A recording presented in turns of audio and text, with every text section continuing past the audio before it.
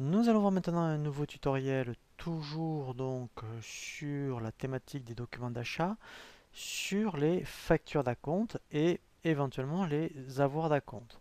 Donc, si on revient par exemple sur alors on peut ça peut peut-être vous arriver que eh bien on vous demande un acompte par rapport à une commande. Alors, sachant que dans demande de prix, vous ne pouvez pas, vous voyez, si j'ajoute un demande de prix, c'est-à-dire un devis, on ne peut pas créer d'acompte par rapport à un devis. Voilà, vous voyez, il n'y a pas l'onglet acompte. Alors, en fait, qu'est-ce qui se passe? On peut créer un acompte à partir d'une commande. Donc ça, c'est possible. Voilà, vous voyez ici, vous avez l'onglet acompte.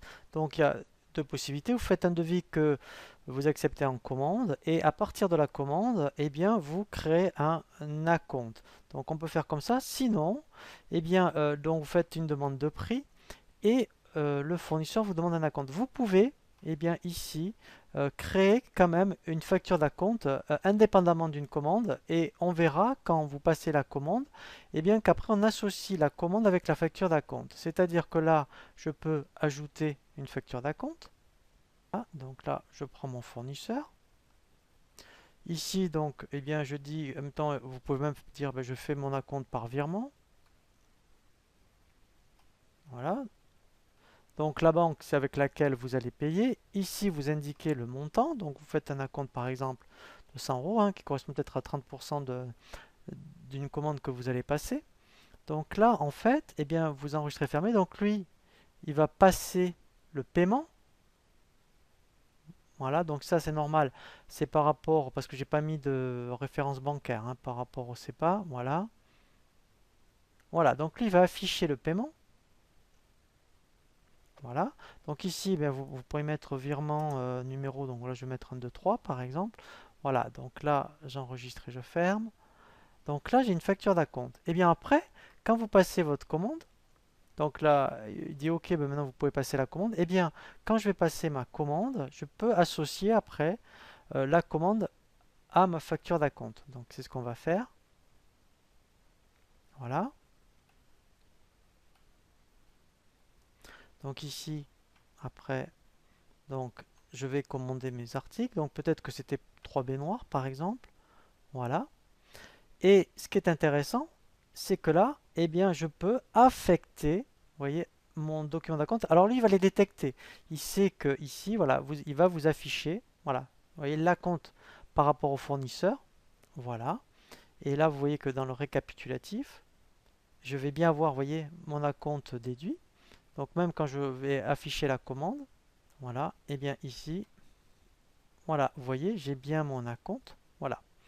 Voilà. Et après, eh bien, je n'ai plus qu'à transférer après, vous voyez, ma commande en facture. Et là, pareil, la compte hein, il va suivre. Dans ma facture, voilà. Et bien ici, voilà.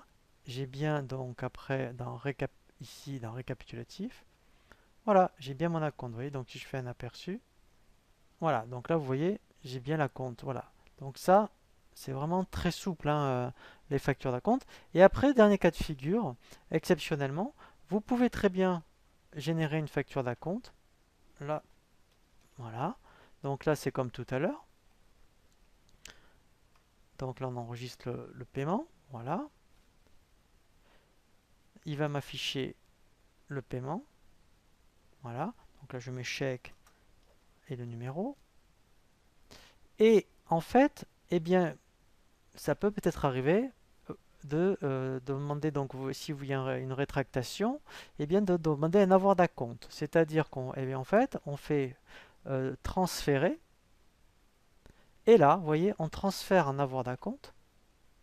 Donc, vous voyez que le solde dû est à 0. Pourquoi? Parce que comme j'ai pointé, voilà, vous voyez, comme j'ai pointé dans les informations société les factures avec les avoirs, là, automatiquement, eh bien, vous voyez, dans voilà, vous voyez là, j'ai bien le statut de soldé.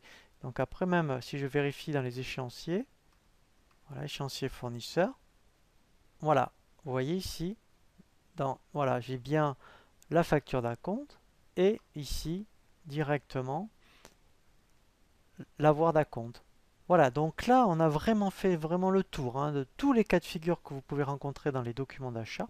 Maintenant, eh bien, effectivement, nous allons voir maintenant d'autres cas de figure, mais par rapport aux documents de vente, où on va déjà voir les cas classiques du devis jusqu'à la facture, et nous verrons également les livraisons partielles.